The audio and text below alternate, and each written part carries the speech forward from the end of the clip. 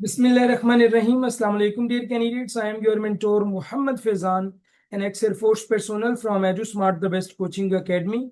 आज हम इंशाल्लाह बायोलॉजी का पार्ट 3 डिस्कस करेंगे. Let me share my screen first, but first of all रूप पाक पढ़ेंगे. बिस्मिल्लाहिर्रहमानिर्रहीम. अल्लाहुम्मा सल्ली अला सय्यिदिना व मौलाना मुहम्मदिन नबील उम्मी व अला आलिहि व सल्लिमु तस्लीमा. ओके, सो आज का बेटा जो हमारा टॉपिक है ये बायोलॉजी का पार्ट 3 है और इसमें हम बायोलॉजिकल मॉलिक्यूल्स को डिस्कस करेंगे. हम बायोलॉजी पे पहले 2 लेक्चर्स डिस्कस कर चुके हैं, आज हमारा ये तीसरा लेक्चर है. ओके, सो हमारा बेटा जो पहला क्वेश्चन है, biological molecules are mainly composed of.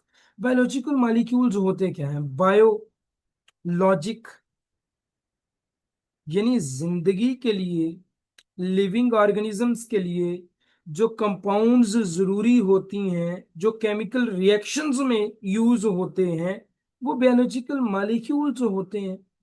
और इनमें से जो मोस्ट कंपाउंड्स होते हैं वो ऑर्गेनिक इन नेचर होते हैं. वो कार्बन, हाइड्रोजन और ऑक्सीजन से मिलके बनते हैं. कुछ नाइट्रोजन, फास्फोरस, सल्फर भी किसी में होता है. और ये जो जितने भी लाइक हमने पढ़े हैं एलिमेंट्स, ये मिल के बनाते हैं carbohydrates, proteins, lipids, nucleic acids. यही बेसिकली बायोलॉजिकल मॉलिक्यूल्स हैं. सो बायोलॉजिकल मॉलिक्यूल्स किन चीजों से मिलके बनते हैं? Maximally carbon, hydrogen and oxygen. कुछ बायोलॉजिकल मॉलिक्यूल्स में नाइट्रोजन भी हो सकती है, फास्फोरस या सल्फर भी हो सकता है. ओके, सो क्वेश्चन नंबर 2 है the main classes of biological molecules. तो बायोलॉजिकल मॉलिक्यूल्स की बेटा बेसिकली 4 क्लासेस हैं, जिसमें पहली क्लास है कार्बोहाइड्रेट्स, दूसरी प्रोटीन्स, तीसरी lipids and fourth one is nucleic acids. अब ये जितने भी बायोलॉजिकल मॉलिक्यूल्स हैं ना, इनके स्पेसिफिक फंक्शंस हैं हर एक लिविंग ऑर्गेनिजम्स में. लाइक जो कार्बोहाइड्रेट्स हैं वो एनर्जी को प्रोवाइड करते हैं. कार्बोहाइड्रेट्स एनर्जी प्रोवाइड करते हैं, इसको याद रखिएगा. फंक्शनैलिटीज बायोलॉजी में बहुत ज्यादा पूछी जाती हैं. प्रोटीन्स क्या काम करते हैं? एंजाइम्स के स्ट्रक्चर को बिल्ड करते हैं, या स्ट्रक्चर को बिल्ड करते हैं और एंजाइम्स को बिल्ड करते हैं. लिपिड्स एनर्जी को स्टोर करते हैं और मेम्ब्रेन्स बनाते हैं. न्यूक्लिक एसिड्स जैसे डीएनए है या आरएनए है, ये जेनेटिक इंफॉर्मेशन को स्टोर करते हैं और आगे ऑफस्प्रिंग्स में मुंतकिल करते हैं. नेक्स्ट हमारे पास क्वेश्चन है carbohydrates are mainly composed of. Carbohydrates जो हैं वो मेनली किन चीजों से कंपोज होते हैं? Carbon and hydrogen and oxygen. अच्छा, ratio of hydrogen and oxygen is usually 2:1, similar to water. Common examples are glucose, fructose, sucrose, starch, cellulose और glycogen. These are some important examples for carbohydrates. और carbohydrates में hydrogen to oxygen ratio क्या होती है? 2:1. और इसको याद रख लें, आपके वाटर में भी 2 हाइड्रोजन एक ऑक्सीजन होती है ना, बिल्कुल वैसे ही यही रेशो रहती है. जरूरी नहीं है कि फार्मूला H2O ही हो, मतलब H4O2 हो जाएगा, H6O3 हो जाएगा. मींस रेशो जो है वो 2:1 रहेगी हाइड्रोजन टू ऑक्सीजन की. ठीक है. जनरल फार्मूला कार्बोहाइड्रेट्स का ऑब्वियसली हमारे सामने है, CnH2nOn. और जनरल फार्मूला की जो रेशो है वो 1:2:1 है. कार्बन, हाइड्रोजन, ऑक्सीजन, यानी हाइड्रोजन डबल होते हैं कार्बन एंड ऑक्सीजन से. ग्लूकोज का फार्मूला C6H12O6. ये क्वेश्चन पिछली दफा पेपर में आया था AFNS के. The simplest carbohydrates are called as monosaccharides. Monosaccharides को सिंपलेस्ट कार्बोहाइड्रेट्स कहा जाता है. और मोनोसैकराइड्स जो है ना, ये क्विकली एनर्जी प्रोवाइड करते हैं और सिर्फ ये वक्ती एनर्जी होती है at that time.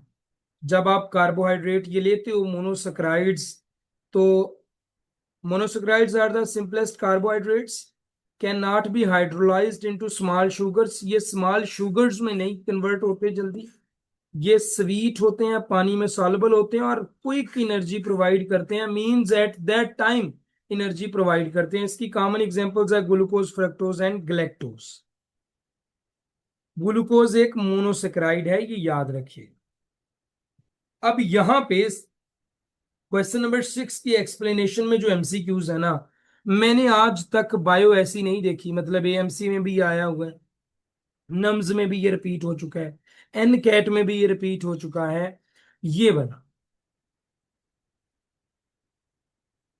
During cellular respiration glucose is broken down to release energy in the form of ATP, और ये प्रोसेस होता है माइटोकॉन्ड्रिया। बेटा माइटोकॉन्ड्रिया एक ऑर्गेनेल है, और माइटोकॉन्ड्रिया में भी इनर माइटोकॉन्ड्रियल मेम्ब्रेन जो होती है वहां पे सेलुलर रेस्पिरेशन होती है। सेलुलर रेस्पिरेशन में ग्लूकोज जो है ना वो ब्रेक डाउन होता है और एनर्जी रिलीज होती है, जो कि in the form of ATP, adenosine triphosphate, adenosine triphosphate की शक्ल में स्टोर होती है।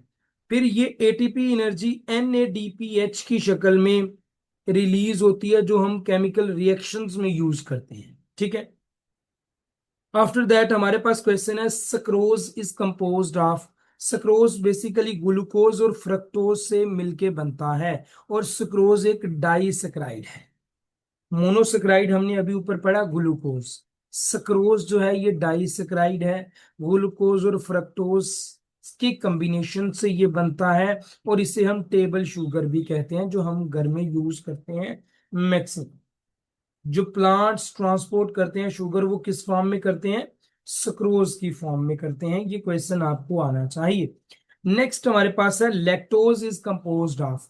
लैक्टोज ग्लूकोज और गैलेक्टोज से मिलके बनता है, और ये भी एक डाइसेक्राइड है जो मिल्क के अंदर पाया जाता है।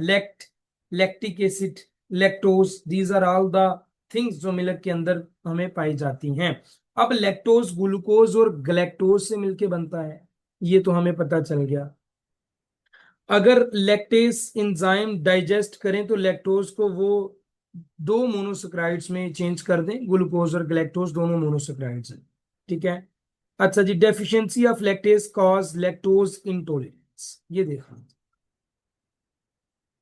क्वेश्चन नंबर 9 है स्टार्च स्टोरेज। अच्छा, अगर आप एएफएनएस, एएमसी या किसी भी जॉब की प्रिपरेशन करना चाहें तो हमारे ऑफिशियल नंबर पे आप कांटेक्ट कर लें। क्लासेस की डिटेल भी आपको मिल जाएगी। हमारी क्लासेस स्टार्ट हैं, continue. Starch is a storage polysaccharide found in plants. ठीक है। Starch is a storage polysaccharide found in plants, यानी कि starch is the main storage carbohydrates in plants. Plants में स्टोरेज के लिए स्टार्च को यूज किया जाता है।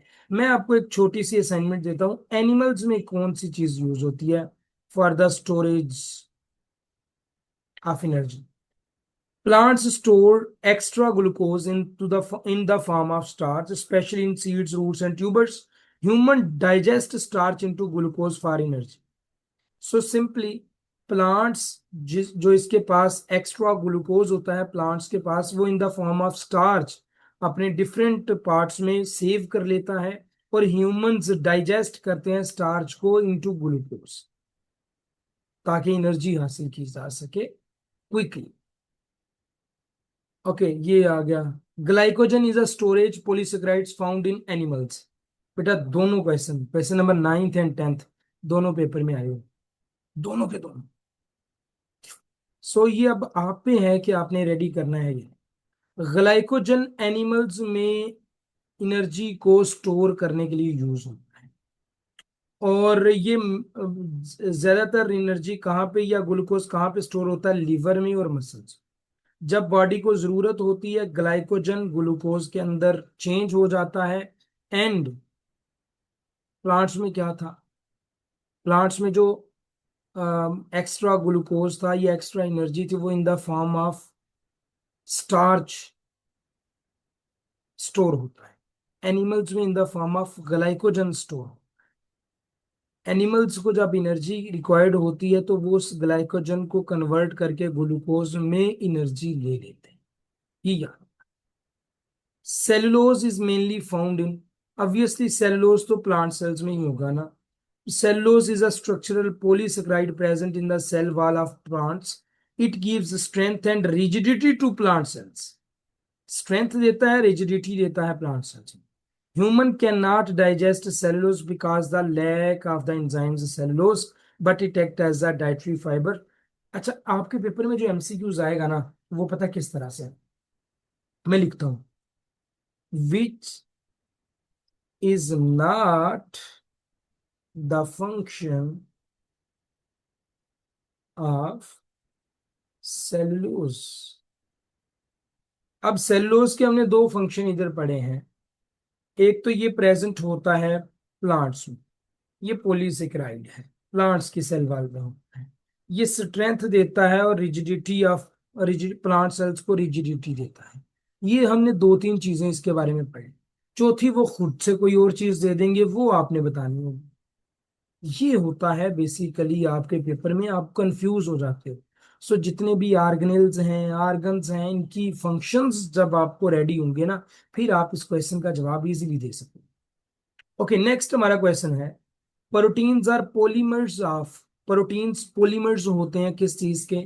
अमाइनो एसिड्स के। प्रोटीन्स आर लार्ज बायोमॉलिक्यूल्स जो कि अमाइनो एसिड के यूनिट से मिलके बनते हैं। अमाइनो एसिड्स आपस में पेप्टाइड बॉन्ड के साथ जुड़ते हैं और पॉलीपेप्टाइड चेन्स जुड़ती बनती, मतलब अमाइनो एसिड्स जुड़ते हैं आपस में पेप्टाइड बॉन्ड की मदद से। इस जो जुड़ने को चेन बनती है, इसे कहते हैं पॉलीपेप्टाइड चेन। और ये पॉलीपेप्टाइड चेन ही बेसिकली फोल्ड होके प्रोटीन बन जाती है। बस, the bond between amino acids is called peptide bond, paper में आया हुआ ये MCQs. Peptide bond is formed between the amino group of one amino acids and the carboxylic group of other amino acids। Amino acids के अंदर दो groups होते हैं, एक होता है अमाइनो ग्रुप।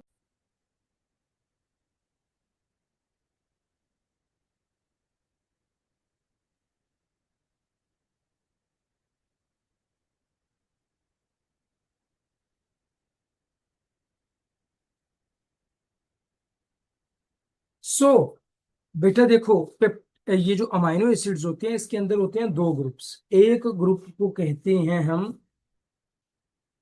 अमाइनो ग्रुप और दूसरा ग्रुप होता है कार्बोक्सिलिक। ठीक है, एक अमाइनो एसिड्स का अमाइनो ग्रुप और दूसरे अमाइनो एसिड्स का कार्बोक्सिलिक ग्रुप, ये पेप्टाइड बॉन्ड के जरिए जुड़ता है।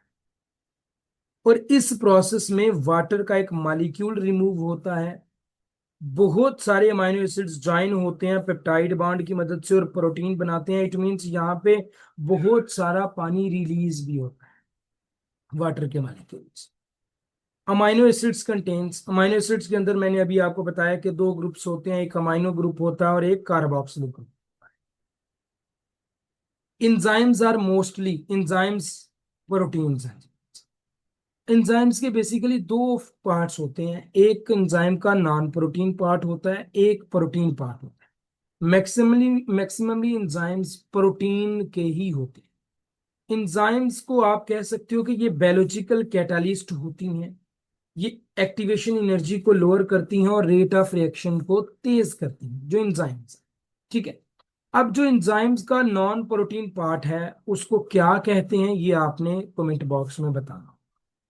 एंजाइम्स का जो नॉन प्रोटीन पार्ट है उसे क्या कहते हैं? सॉरी, जो, हाँ, नॉन प्रोटीन पार्ट है। और प्रोटीन पार्ट को क्या कहते हैं, ये भी बता दीजिए। Okay, lipids are insoluble in water. Lipids पानी में इनसॉल्युबल हैं, ये भी एमसीक्यूज पेपर में आया हुआ है। लिपिड्स दरअसल नॉन पोलर होते हैं, और जो नॉन पोलर सॉल्वेंट्स हैं वो वाटर में नहीं सॉल्युबल हो सकते क्योंकि वो पोल्स नहीं बना सकते। नॉन पोलर्स में हाइड्रोजन बॉन्डिंग नहीं होती। अगर तो ये होते organic solvents, ether, chloroform and benzene, this property helps lipids from cell membrane। Lipids जो हैं ये वाटर में सॉल्युबल नहीं होते, लेकिन ऑर्गेनिक सॉल्वेंट्स में ईथर, क्लोरोफॉर्म और बेंजीन, इनमें सॉल्युबल हो जाते हैं। लिपिड्स बेसिकली बेटा नॉन पोलर होते हैं, और वाटर जो है ये पोलर है, इसके पोल्स बन सकते हैं, इसमें हाइड्रोजन बॉन्डिंग होती है। दैट इज वाई इसमें वो सॉल्युबल नहीं होते लिपिड्स। पेपर में ये बेटा एमसीक्यूज आया हुआ है, मैंने बनाए ही वही लेक्चर्स होते हैं जो पेपर में आए। Fats and oils are made up of. Fats और ऑयल्स किस चीज के बने होते हैं? ग्लिसरॉल और फैटी एसिड्स के बने। Fats and oils are lipids, ये लिपिड्स होते हैं जो कि कॉम्बिनेशन है ग्लिसरॉल के और फैटी एसिड्स के। ए ट्राई ग्लिसराइड कंटेन, अब यहां पे देखना, एक ट्राई ग्लिसराइड, ट्राई का मतलब तीन होता है, इसमें एक ग्लिसरॉल मॉलिक्यूल और तीन फैटी एसिड्स की चेन्स होती हैं। ठीक है, एक ग्लिसरॉल मॉलिक्यूल तीन फैटी एसिड्स के मॉलिक्यूल्स के साथ जुड़ा होता है, एक चेन बनाई होती है, इसे हम कहते हैं ट्राई ग्लिसराइड्स। और इस these molecules store large amounts of energy, यानी ऑयल्स में, फैट्स में a huge amount of energy. Glycerol और फैटी एसिड्स के दरमियान जो बॉन्ड बनता है वो कौन सा होता है? इसे हम ईस्टर बॉन्ड कहते हैं। ईस्टर बॉन्ड हमने अगर हम आपने केमिस्ट्री पढ़ी हो तो स्टेरिफिकेशन एक टर्म थी। स्टेरिफिकेशन क्या कहती है कि जब अल्कोहल और कार्बोक्सिलिक एसिड के दरमियान रिएक्ट होता है तो बेसिकली ईस्टर्स बनते हैं, जिसे हम स्टेरिफिकेशन कहते हैं। ये भी एमसीक्यूज पेपर में कई दफा आया हुआ है कि अल्कोहल का रिएक्शन हो अगर कार्बोक्सिलिक एसिड के साथ तो बेसिकली इसे स्टेरिफिकेशन।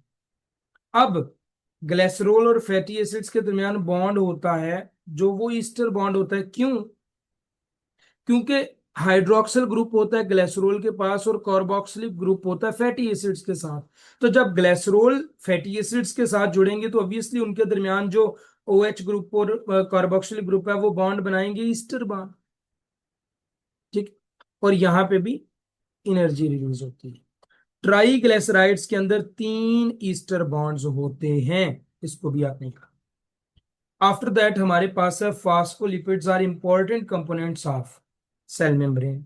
फास्फोलिपिड्स सेल मेम्ब्रेन के इंपॉर्टेंट कंपोनेंट्स हैं। They form a bilayer in which hydrophilic head face water and hydrophobic tails face inward. This structure helps control movement of substance in to and out of the cell. यही phospholipids हैं। Cell membrane क्या होती है? एक guard होता है जो कुछ मॉलिक्यूल्स को गुजरने की इजाजत देता है इन और आउट ऑफ द सेल, और इस सेल को स्ट्रेंथन करता है फास्फोलिपिड्स, जो इसका स्ट्रक्चर बनाता है कि इस तरह से मॉलिक्यूल्स आए जाएं। After that MCQs number 20, waxes are example of. Waxes lipids की एग्जांपल है, पेपर में आया हुआ।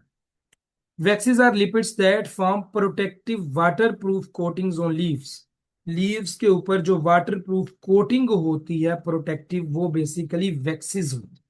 और वैक्सीज लिपिड्स हैं, और ये वैक्सीज भी पानी में सॉल्युबल नहीं है। वैक्सीज क्या है? नॉन सॉल्वेंट, नॉन पोलर है। ठीक है, fruit, skin, leaves, feathers, insects के एक्सोस्केलेटन्स, इनके ऊपर जो प्रोटेक्टिव वाटरप्रूफ कोटिंग होती है वो बेसिकली वैक्सीज की ही होती है। आफ्टर दैट 21 है हमारे पास nucleic acids and polymers. Nucleic acids में वही डीएनए एंड आरएनए शामिल होता है। डीएनए कहते हैं DNA deoxy ribo nucleic acids, RNA ribo nucleic acids, और ये are made up of nucleotides units. जितने भी न्यूक्लियोटाइड्स यूनिट्स हैं वो मिलके ये चीजें बनाते हैं जिन्हें हम न्यूक्लिक एसिड्स कहते हैं। और इनके अंदर हेरिडिटी इंफॉर्मेशन या जेनेटिक इंफॉर्मेशन मौजूद होती है जो ये आगे बेसिकली क्या करते हैं, शेयर करते हैं। अब यहाँ पे एक और चीज जो बड़ी अहमियत की हामिल है वो पढ़ना जरूरी है हमारे लिए, वो क्या है? Each nucleotide consist of a sugar, A phosphate group and A nitrogenous base.